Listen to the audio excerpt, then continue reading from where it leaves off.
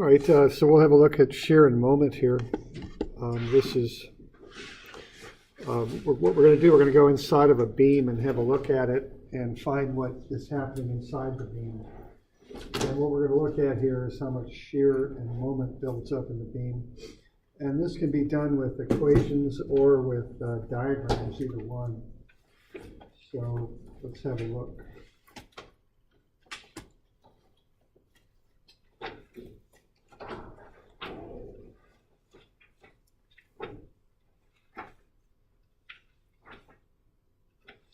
So let's have a look at 770.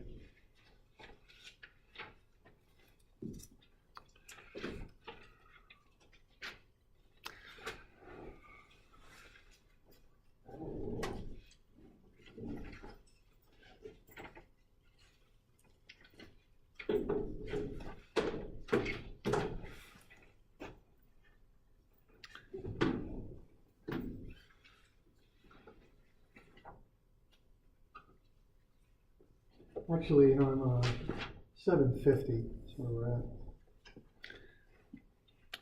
All right, so what we're going to do here, we're going to cut into a beam and seeing what's going on inside. It's similar to a lot of the things we've done here in this class, where we look at the internal forces. And in this case, we're going to look at shear and moment inside of a beam. So we're going to cut the beam open and look at the forces inside. And we're going to solve now for how much moment is in the beam, M, and then how much shear, V. And what I have there shown are the positive and negative sign conventions. So shear is, normally we work from left to right across the beams. Shear is a little funny in that it's positive down. Okay. Now what moment does, positive moment, is curls the beam up. Okay, so here's positive shear and moment as they would occur. And then, and one way to remember that is, at least with the moment, is one of those things, kind of such a silly remark that you can't forget it. Positive moment means it makes the beam curl up and smile, of course, and negative moment means that makes the beam curl down and frown. Now the shear, I don't have a nice handy way to remember it. It is kind of odd in that positive shear is down. Okay. That's as you're working from left to right. All right, if we want to find the shear and moment in the beam, you find the left-hand reaction of the beam, you make an imaginary cut through the beam at the spot where you want to find the shear and the moment, draw up a free body diagram, and then use equilibrium analysis to find the internal force and moment. Generally speaking, you set x equals 0 at the left end of the beam and use that point as you work your way across. That's generally how that goes. So let's have a look at a couple examples here. And I'll point out that we already did the reactions to these, so we don't need to do them over again. We did the reactions last time on page 762. So I'm on page 770 now. Now these can get a little bit, have a lot of numbers we're throwing at things, so we want to, kind of work through that and be slow and diligent on it. What I did here, I went ahead, I showed the reactions again, even though we worked them out yesterday. So what we do, we find the area under that triangular loading diagram. It's 4,050. That acts at a point right about there. That's 2/3 of the way from the vertex, so 2/3 of 4.5 is 3 meters. So 2 and 3 makes 5 meters. So that's the moment arm there when you do the moment equation. So clockwise there would be 4050 times 5 plus the unknown reactive moment at A, MRA, I'm calling that. So for MRA, it's 20,250. The force reaction would be 4,050 up to counteract the applied force of 4,050 down. And then there's no X reaction because there's no applied X force. So that would be the starting point there is finding these reactions. Now once you've got it, you got those, you start at the left-hand side of the beam and start to work your way across. Okay, that's generally how that goes. So what you do, if we're going to do shear moment equations here, we're going to draw up a free body diagram of the beam, and we're going to break the beam up into pieces. Each time the load changes and we need to draw a new free body diagram, we have to come up with a separate free body diagram, okay? So what's going on here is I'm going to start at A and work my way across. Now, I don't have any change in loading until I get to B. So this free body diagram that I have drawn would hold anywhere between A and B. That's the idea. Okay. So this is the free body diagram that would hold anywhere between A and B. And I put the shear, as I mentioned, down, so that would be the shear AB. So that's the shear, internal shear that would occur anywhere between A and B. And then I've got the internal moment between A and B. And then what I've got is some unknown distance x. So it could be any distance as long as that distance is between 0 and 2 meters. That free body diagram would hold. So there's my free body diagram for that thing.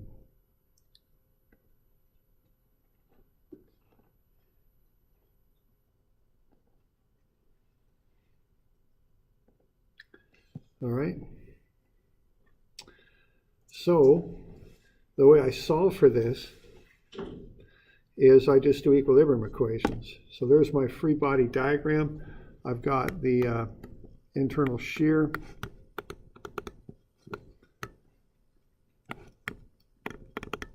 And internal moment. Okay. So we got those. And then I've got the reactions on the left, and then I just do sum of Fy equals 0. Okay, now if I do that, I've got 4,050 up, and then I've got my unknown VAB down, whatever that happens to be. So if I solve for VAB, it's 4,050. When I'm doing these equations, I don't usually bother with units because I get x's and a lot of subscripts and variables. Rather than cluttering it up, I don't put the units in there. Now, if I take a moment about the cut, that would be 0, and that would be 20,250 counterclockwise. That would be positive. And then minus 4,050 coming up. That would come around clockwise, so that gets minus, okay? Because with the moment sign convention, counterclockwise is positive and clockwise is negative. And the 4,050 would have a moment arm of x. So that'd be negative 4,050x, and then plus my unknown MAB. Okay. I could bring the MAB to the other side of the equation. It would become negative then, and I'm left with negative 4050x plus 20,250. Then I can solve for MAB. It's 4,050x minus 20,250. Okay. So what I've got here now are two equations. The VAB is quite simple. It's just a number, 4,050, and then the MAB is 4,050x minus 2,250. Okay. So these will hold anywhere between 0 and 2.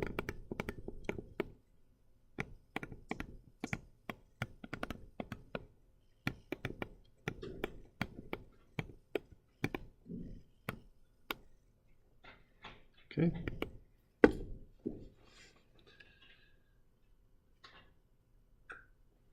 Now, as soon as I get into that triangular load, what's happening then is I'm getting into a different situation, and I'm going to have to write up different equations then, okay? So whenever you hit something that changes your free body diagram, you've got to come up with a new set of equations. Okay.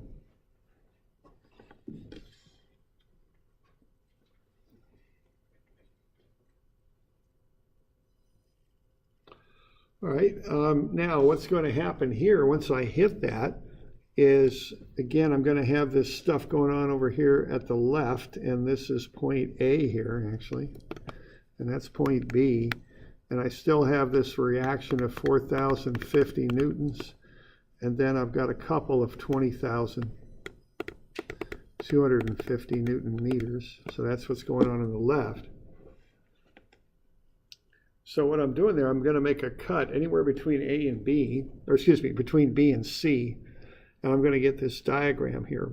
So this free body diagram would be the same regardless of where I cut between B and C. You know, the triangle might be a little bit taller or something, but it doesn't change the actual diagram. Okay. So by convention, I set x equals 0 on the left-hand side of the beam at A. And what I've got here, this is 2 meters here. So what that means is this distance is the total, which is x, minus the distance from A to B, which is 2. So that's x minus 2. All right, now I'm going to have to do a little bit of messing around here to figure out what's going on with that triangle. So what that triangle's doing is it's rising 1,800 newtons per meter over a run of 4.5. So the slope of that thing will be 1,800 divided by 4.5. Okay, and I think that's 400, I think. Right. Now I'm going to want the height of that thing so I can figure out the geometry of it. So the height, when I figure that out, is going to be 400 times x minus 2, all right? Because the slope is 400, and the x, which is the run, is x minus 2. So that's 400x minus 800, okay? Because what slope is, of course, is rise over run. So it's rising 1,800 over, I'm sorry, I want the height there. So slope is rise over run, so the rise, which would be the height, is the slope times the run. That's what I'm doing there, okay? So the slope is 400 and the run is x minus 2. So there's the height. And the area, being as it's a triangle, will be 1/2 the base, x minus 2, times the height, which I might just leave like this, 400 times x minus 2. That might be a better way to express it. So when I factor that 1/2 through the 400, I'll get 200, and then x minus 2 squared. Okay, so that'll be 200 times x squared minus 4x plus 4, I think. Okay. You all with me there? I'm just playing with the algebra a bit. So the area then, it looks like, is 200x squared minus 200 times 4, which is 800x, and then plus 800. That looks to be the area. All right.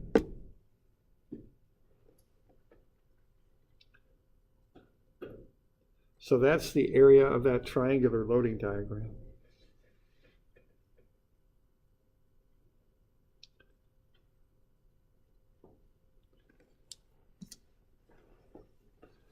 We're good with that? A little bit of calculations there, but that's what it is. Okay. So once I've got all that set up, I got the slope, I use the slope to get the height, and I use the height to get the area. Okay, then I can write up these equilibrium equations. Because what's going on here over on the left, again, that's point A, and this is point B. And I've got 4050 here for the vertical reaction.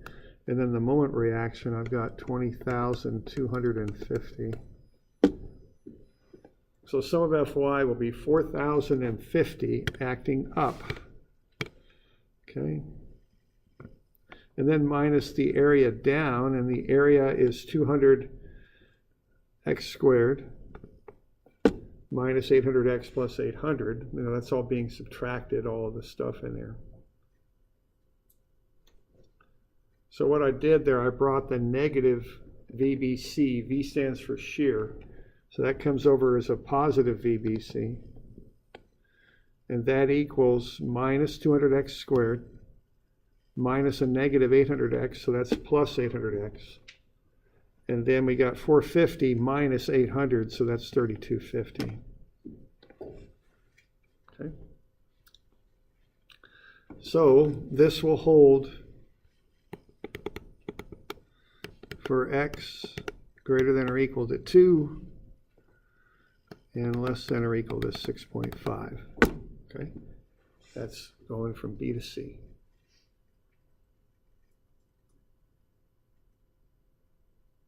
You okay with that?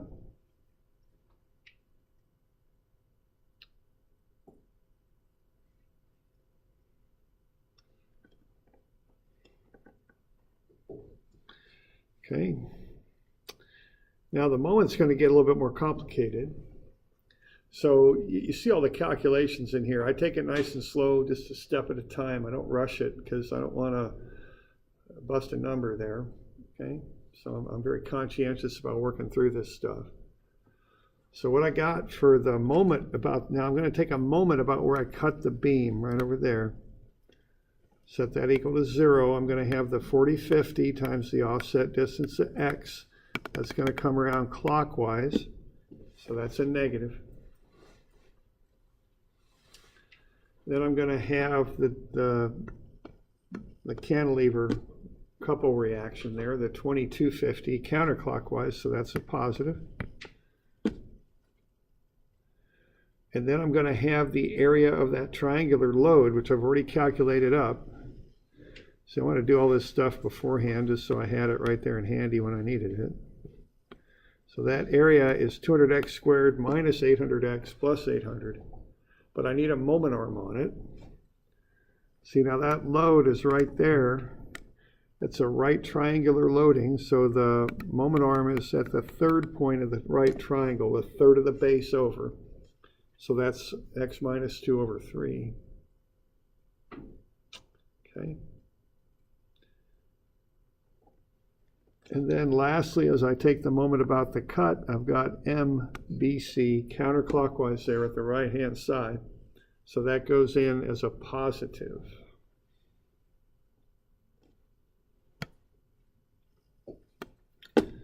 Okay. And the rest of it, I already worked it out for you because it's kind of onerous, I guess would be the word for that. So, you know, step by step, bring the MBC over as a negative. Collect what's left, so negative 4050x plus 2250 plus x minus 2 over 3 times 200x squared times minus 800x plus 800. I brought the third out front because I just didn't want to be messing with a fraction there. And then I multiplied the x minus 2 through that expression. So x times all of that is 200x cubed minus 800x squared minus plus 800x, and then I multiply the negative 2 through the expression. So I get negative 2 times 400x squared, or times 200x squared is negative 400x squared. I've already got negative 800x squared, so that gets me negative 1200x squared. Then I've got negative 2 times 800x, that's plus 1600x. I already had another 800x in there, so that gets me 2400x. And then minus 2 times 800 is negative 1600. Okay. Then I multiply the negative, the 1/3 through. I get this expression there. Then I collect terms.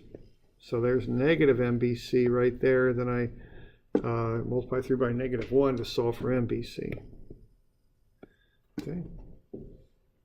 So if I plug any value of x in there between 2 and 6.5, I'll find out what the moment is as I work my way across that beam.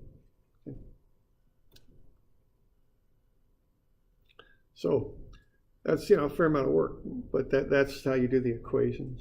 And if, you know, there's an awful lot of this structural engineering now that happens on a computer when you're in industry, and this is what's going on inside the computer to figure out these shear moments. Okay. Now, one thing that's kind of interesting that to note here, if you ever want to check your work, is there's a relationship, because what you're doing really as you work through these is graphical integration is what you're doing. So if you take a derivative of the moment, that should get you back to the shear, because you're integrating to go from load to shear and from shear to moment. So notice if you take a derivative of 4050x minus 2250, that's 4050, and sure enough, you know, that works. And for this one here, it's a little bit more involved, but the derivative of negative 66.7x cubed, multiply the 3 through, you'll get negative 200x squared. Yeah, that works. Derivative of 400x squared is 800x. Yeah. Derivative of 3250x is 3250. Sure enough. Okay. So that all works out. It's harder to integrate to go this way, though. I mean, you take a derivative to go that way. That's a good way to check. You can integrate to go this way, but it's harder to do because you pick up constants of integration at different points. You got to include those when you integrate. A little bit more difficult to do. So you're going to have to at least get down to like the fourth line before you can, and at that point you're already adding like terms and simplifying. So you've already done. Yeah, there's a lot of ways to do this. This is the simplest way, to do the equations. Okay. Now it's lots of work and lots of details. So one line at a time, slow and kind of easy is how I approach those. All right. Now I think if you're doing this type of work and you've got more complicated beams, you probably use some software to do these. In structural especially, you don't ever want to make errors. If you're out doing dirt work engineering where you're putting in pipes and stuff, if you bust a number, obviously it's not good, but nothing's going to fall down. It's not. It's the repercussions of that aren't nearly what they are in structural. Structural, you got to be very, very, very careful because any failure is a big deal. And so another way to do these, and probably a more common method if you're just doing them yourself, is to write up shear and moment equations, or excuse me, to do diagrams. Okay. And this is another method. So why don't I show you the derivation of this? So this will work. This is a very quick way. Once you get the hang of it anyway, you can draw up shear moment diagrams for beams pretty quickly and effectively. So the derivation is on 790 is where it's at. So what I've done here, I've cut a chunk out of a beam, not from one side or the other, but just out of the middle, so to speak. So I've got a distributed load on there of W. So the signs work out reasonably. I've got it pointing up. And what I've done, I've cut a little sliver out of that beam with an incremental width of dx. I've got on the left, I got x1, v1, and m1, and on the right, I got x2, v2, and m2. What I've got here in the positive sense is a moment curling the beam up on the left, and the shear on the left positive is actually up. And then I've got a slightly different shear and moment on the right, again in their positive sense. So the shear's down, it's v plus dv, and the moment is curling the beam up, m plus dm. Okay. So I can do some equilibrium on this and look at the results to help me get rules that I can use to draw up these diagrams. So sum of Fy is 0. I got V up on the left, W dx is up, and then I've got minus V plus dV down. Okay, so the V up and the V down cancel. So I get W dx minus dV is 0. And I can do a couple things with that, okay, because I'll get to dV is W dx. Now what I can do for one thing is I can solve that for W, which is the load, it's dV dx. That tells me that the load is the derivative of the shear with respect to x. And what that tells me is the value of the distributed load at a point is equal to the slope of the shear diagram at that point. Now the other thing I can do with that relationship is I can integrate it. So I can take the integral of dV, and that's the integral of W dx. Well, the integral of dV is just V2 minus V1. It's the change in shear between 2 points. I really don't know how to integrate W dx because I don't really know how W relates to dx. But what that does, that integral of W dx, is the area under the load diagram. That's what it is. That's one way to define a integral when you're graphing things up, is it's the area under a curve. So that tells me that the change in shear between 2 points is equal to the area under the loading diagram between the 2 points.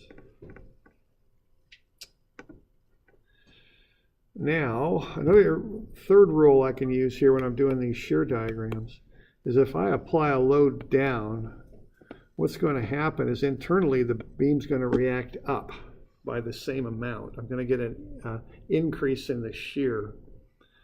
Now a downward load is negative, but as it turns out, upward shear as I'm working my way to the right is also negative. Okay, so if I apply a concentrated load to the beam, I'll get a vertical line in the shear diagram of equal magnitude and the same sign. Okay, so those are kind of the three rules for drawing these things up.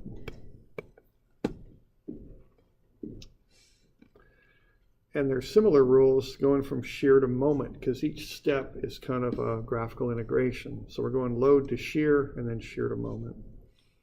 Okay. So I can do a similar derivation for moment. Sum up all the moments acting on this thing. I get minus m, which is clockwise, minus v dx. So there's v dx clockwise, so that's minus w dx times dx over 2, which would be the moment arm, then plus m plus dm. Okay. Got a positive m and a minus 1, so they cancel out.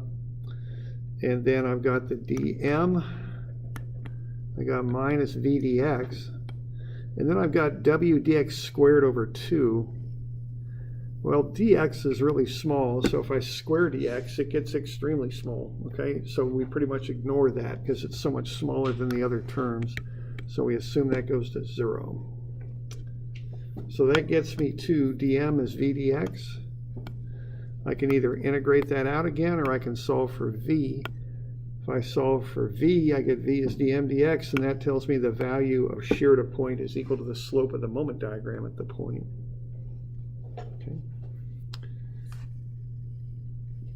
And if I integrate out dm and v dx, the integral of dm is just the difference in moment between 2 points, m2 minus m1, and the integral of v dx is the area under the shear diagram between 2 points. So the change in moment is the area under the shear diagram. And then the last little rule here is if I apply a concentrated moment, a couple, the beam will internally react by the same magnitude in the opposite direction. So if I apply a concentrated moment, in this case positive, the reaction will be negative. So I got to remember to switch the signs on that, and I'm going to get a vertical line in the moment diagram. Okay. So those are the rules. And I think these are best learned by applying them as opposed to just talking about them. So let's look at some applications here. On page 800. We'll start simple and we'll get into more complicated ones as we go. First, let's just take a simply supported beam. So I've got K, remember, stands for kips, which means 1,000 pounds is what that means. So we're still in the English system, imperial system here in America for our structural work. Okay. So if I have a 12-foot simply supported beam with a 9-kip load, I'm going to get reactions as shown, 3 and 6 on either side. So what's going to happen here is the diagrams always start at 0. So there's the shear diagram. I've got a concentrated load up at 3 kips, so that's going to take me right up to 3 kips for the shear. Okay. Now the change in shear is the slope of the load diagram, but there's no slope there. The change in shear is the area under the loading diagram. Okay. That's rule number 2 there. Well, there's no load there. So the value of the load diagram is 0. There's nothing to change the shear diagram. Okay. And if you kind of think of it, in a common sense perspective, there's nothing in there. See, there's no loading in here. Nothing to change the amount of shear. So it just stays constant. It holds at 3 all the way across. Are these diagrams broken down to like part 1s? Yeah, they're in line with each other. They're aligned. Okay, Yeah. I was trying to figure out how to read this. Yeah, we're just kind of working our way down the page and they're aligned. Okay. Okay. So I'm at 3 kips, and then what I've got is I've got a 9 kip downward load. Well, that pushes me down. I'm at 3, take away 9, and I end up at -6. Okay. Once again, there's nothing in there to change the loading, to change the shear, so I stay at -6, and then I've got 6 kips up, and that gets me back to 0. Okay. So there's my shear diagram. Basically 2 blocks, one on the left to the left of the 9 kips, another one on the right. Okay.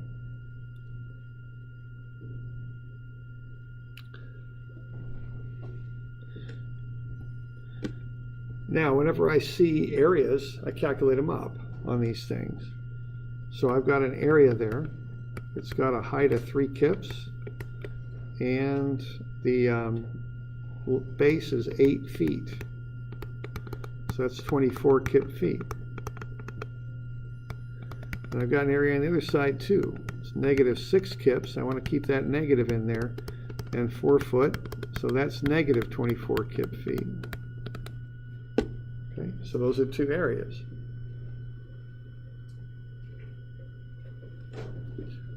All right.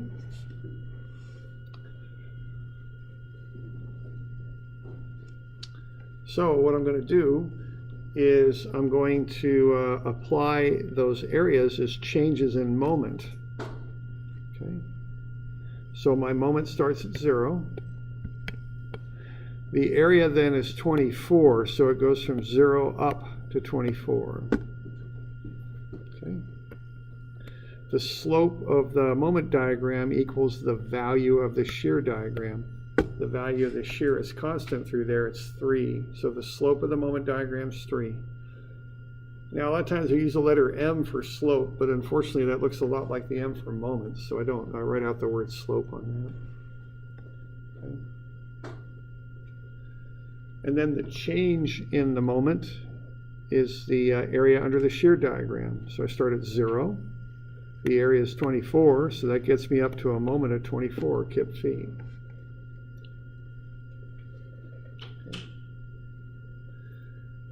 Now on the back side, the slope of the moment is the value of the shear, which is -6. So that slope is -6.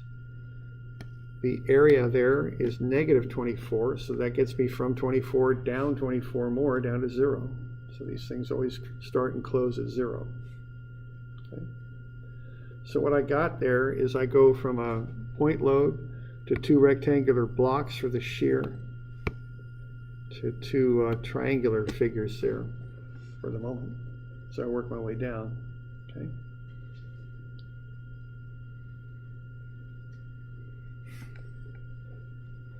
And we're just applying those rules. So rather than writing up equations, generally speaking, people that are doing simpler ones in industry or in school or whatever, they just write these things up and they can knock these things out pretty quick once they get used to applying the rules. Okay. It's quicker than doing the equations. Once you're comfortable with this, you can knock that out in 2 or 3 minutes. Bang, bang. Okay. So we all right with that?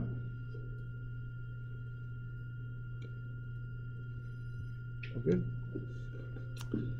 All right. Now the next one, we got a distributed load. Now what I see there is an area that I immediately want to work with. So the area is, even though that loading diagram's above the beam, the arrow is pointing down, so that's -3 times the 12-foot span is -36.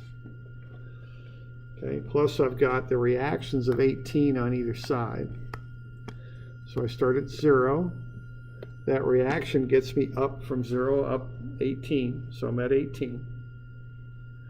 And then the value of the shear changes by the area under the load diagram, which is -36. So I'm at 18, I drop 36, I'm at -18 by the time I get to the right-hand side. Okay.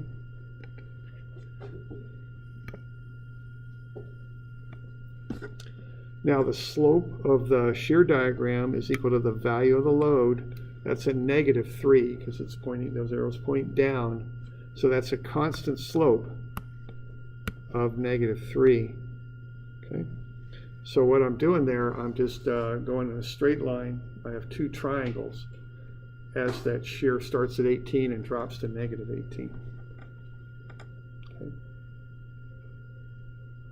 So we're starting with positive because the force is above the beam, right? Yeah, we're starting at +18 because this reaction is positive. It pushes up. Oh, okay. Okay. So that starts us at 0 and we kick up, go up. Okay.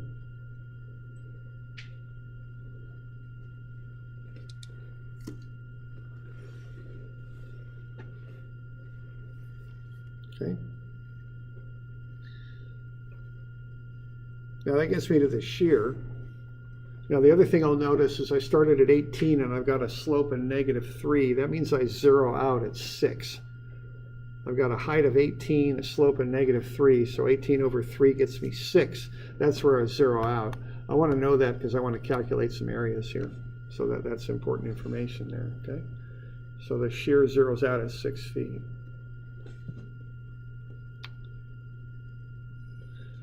All right, so the next thing that I'd do would be to find the areas.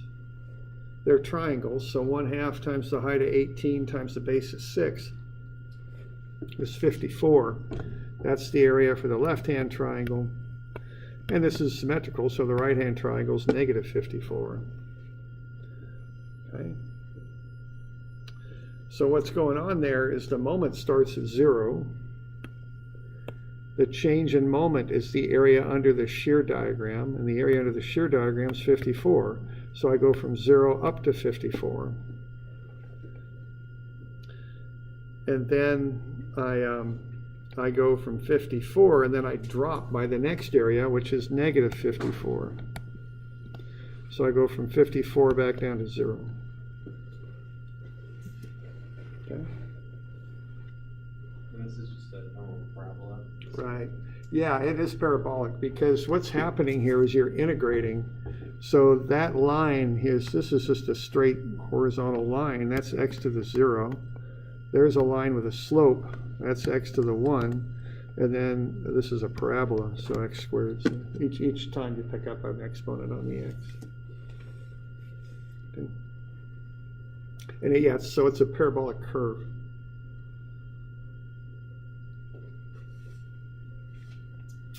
Now it's concave down because of the slopes. So the slope of the moment diagram equals the value of the shear. So it starts at a +18. Then it's 0 at the maximum there, because the value of shear is 0, so the slope's 0, and that's where the maximum's at. And then it goes to a slope of -18.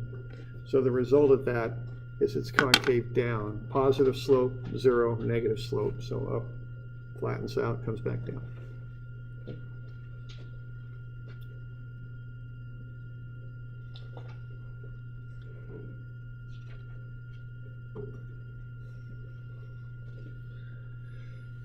Okay, so those are two really common ones there. So if you got a point load, you get 2 blocks for the shear and a triangular moment diagram. If you got a distributed load, which you often do in buildings, you know, because you got a certain weight of the beam as you work your way across, plus you got the live load in the building, you know, all the stuff they design for the furniture and the people and equipment and all that. Usually the codes just have a single value for that. So you add those two together, you just get a distributed load like what you see. So you get a parabolic moment diagram and a triangular shear diagram for that. Okay. Okay. All right, and you can see some of the repercussions of this. When they built North Santiam Hall here on campus, we went and looked at it, and they had trusses that were kind of under the second story floor, and the trusses were built kind of like that. What was going on there is they look at those moment diagrams, which was the governing thing for designing those trusses, and there really wasn't much moment near the supports. So as a result of that, they knew they could get away with building a truss, and I'm having trouble drawing straight lines, that was kind of sloped and had a very thin profile at the ends where the supports were. So they could draw a truss like that, and that would work, okay? Similarly, if you look at this truck here, flatbed trailer, it's hard to see, but that's a beam. And up at the wheel wells there, they kind of carve it back to get room for the wheels there. And they can get away with that because the loads, that's where the bending stress is the least, right? And where the wheels are, which are kind of supports for that flatbed trailer. So it's built that way, okay? And it works to get the wheels fit in there, okay? Have you ever noticed how, or seen what an unloaded flatbed looks like? It bows up a little bit, yeah. It's pre-stressed, basically. Yeah, right. Yeah, that's all done intentionally. I mean, there's no accident to that. Here's a little bit closer view, but you can kind of see that thing getting carved out. You see it, the slope up there. That's what they're doing there. Keeps the flatbed lower, and they can get away with it because they look at those moment diagrams. They see it's going to work. Okay. Okay. So that's the deal with that. So you get these practical applications of things. All right, now if you put the two together, you get, it's not symmetrical anymore if you do that. So we got 24 on the right and 21 on the left. All right. And then what I got there is I'm actually taking those two different loading diagrams and combining them. That'll get a little bit more complicated here. Not too bad, but a little bit more. So once again, you're going to go from 0 up to 21 on the left. Because the reaction's 21, that'll kick you from 0 up to 21. Okay. From there, what's going to happen is there's different ways to analyze it. Usually I'll get areas. So that's -3 times 8, which is -24. And this one is -3 times 4, which is -12. Okay. Now I'm doing it in two different pieces because I've got that 9 kip load, which I know is going to cause a jump in the shear diagram. So I want the area to the left of that and the area to the right. That way it's easier for me to work with it that way. So the area to the left of that loading of that 9 kip load is -24. So I'm at 21 and I take away 24, I'm at a -3 for the shear. That's where that comes from. So I was at 21 and I drop by the area under the load diagram. So that gets me down to -3. And then I've got that 9 kip load, so I'm at -3 and I take away 9 and I end up at -12. Okay. And then I drop by -12 more, and I'm at -24. It's that value. Okay. So 0 up to 21, 21 down to -3. Now that's happening 8 feet over. Okay. So 21 at 0, -3 at 8. And then I drop from -3 down to -12 immediately. And then I get down to -24 at the far right end of the beam. And then that reaction pulls me back up to 0. Okay. Now I'm going to want to find the areas of those shapes to get the moment diagram. So I'm going to want to know where this triangle ends. So I'm at 21 and I'm dropping 3 kips per foot. So that means I hit 0 at 7 feet. Okay. Go 1 more foot at that slope of -3, I'm at -3. Take the 9 on down, gets me down to -12. Okay. And then that area, like I said, is -12 more, that gets me down to -24. Okay.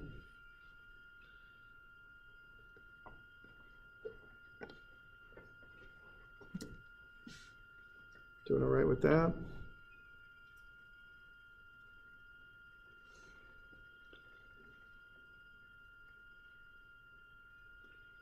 All right. Now I got more shapes on that moment diagram, so I want to find those areas. So I got a triangle there. Height of 21, base is 7. So 1/2 times 21 times 7 is 73.5. And then I've got the area to the right of the 9 kip load. okay? So that's going from 0 to -3, and it's got a base of 1, so its area is 1/2 times -3 times 1, it's -1.5. And then that last area there is a trapezoid. Now, there's different ways to calculate the area of a trapezoid. What I like to do here is kind of in my mind cut off a little triangle here, flip it over and fit it in there. That'll get me a rectangle.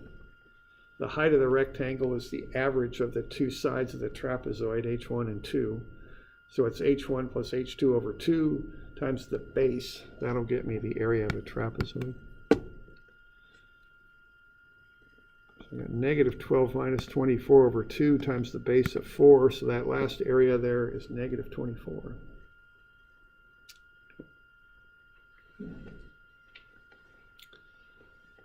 So what do I got here? I'm at 0.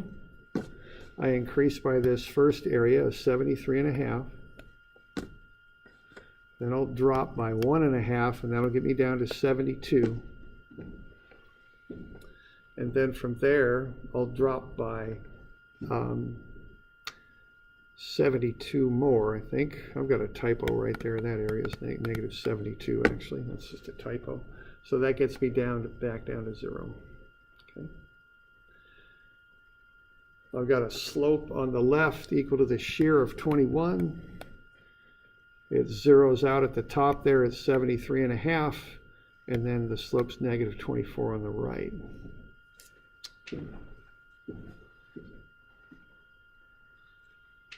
So that gets me the shear and moment diagrams there. Yeah, any questions on that? So as a trace on the area of like that trapezoid, we know it goes to 0. Could we just subtract or add the Yeah, it's true. I mean, 1.5 to the left side? 1.5 to the left side. Yeah, I mean, you know these things close to 0. If you're in a hurry, you can use that. I like to have that checked, though. That proves it out at 0, and I know I'm not making any errors. But both of these diagrams always close out to 0 in one fashion or another.